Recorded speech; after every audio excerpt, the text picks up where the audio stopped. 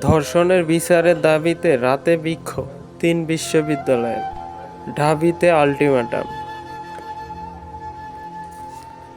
বাংলাদেশের বিভিন্ন জায়গায় ধর্ষণ ও নিপীড়নের প্রতিবাদে এবং দ্রুততম সময়ের মধ্যে এসব ঘটনার সাথে জড়িতদের শাস্তির দাবিতে ঢাকাসহ ৩টি বিশ্ববিদ্যালয়ে মধ্যরাতে বিক্ষোভ করেছে শিক্ষার্থীরা, যাদের বেশিরভাগই ছিল নারী শিক্ষার্থী।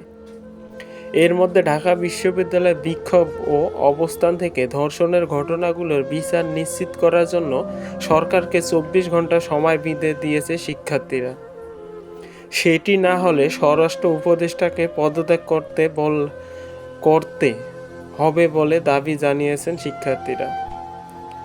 সম্প্রতি ঢাকা বিশ্ববিদ্যালয়ে এক ছাত্রীকে হেনস্থার ঘটনায় বিশ্ববিদ্যালয়ের কেন্দ্রীয় গ্রন্থাগারে একজন কর্মচারীকে পুলিশের গ্রেপ্তারের পর তৌহিদি জনতা নাম দিয়ে একদল ব্যক্তি থানার সামনে অবস্থান নিয়ে হট্টগোল করে।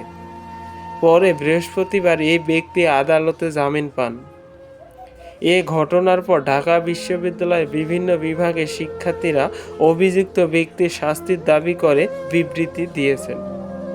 এর মধ্যে মাগুরায় একটি শিশু নির্যাতনের শিকার হওয়ার ঘটনায় ব্যাপকভাবে আলোচনায় এসেছে। এই শিশুর অবস্থা ক্রিটিক্যাল বলে জানিয়েছে কর্তৃপক্ষ। এমন প্রেক্ষাপটে ধর্ষণের ঘটনাগুলো সুষ্ঠু তদন্ত ও নারী নির্যাতনের সাথে জড়িত নিপীড়কদের শাস্তির দাবিতে মধ্যরাতে হল ছেড়ে বেরিয়ে এসে বিক্ষোভ শুরু করে ছাত্রীরা। পরে তাদের সাথে কয়েকটি হলের ছাত্ররাও যোগ দেন। ঢাকা বিশ্ববিদ্যালয়ে ছাড়াও একই দাবিতে মিছিল ও সমাবেশ করেছে জাহাঙ্গীরনগর রাজশাহী বিশ্ববিদ্যালয় ক্যাম্পাসেও।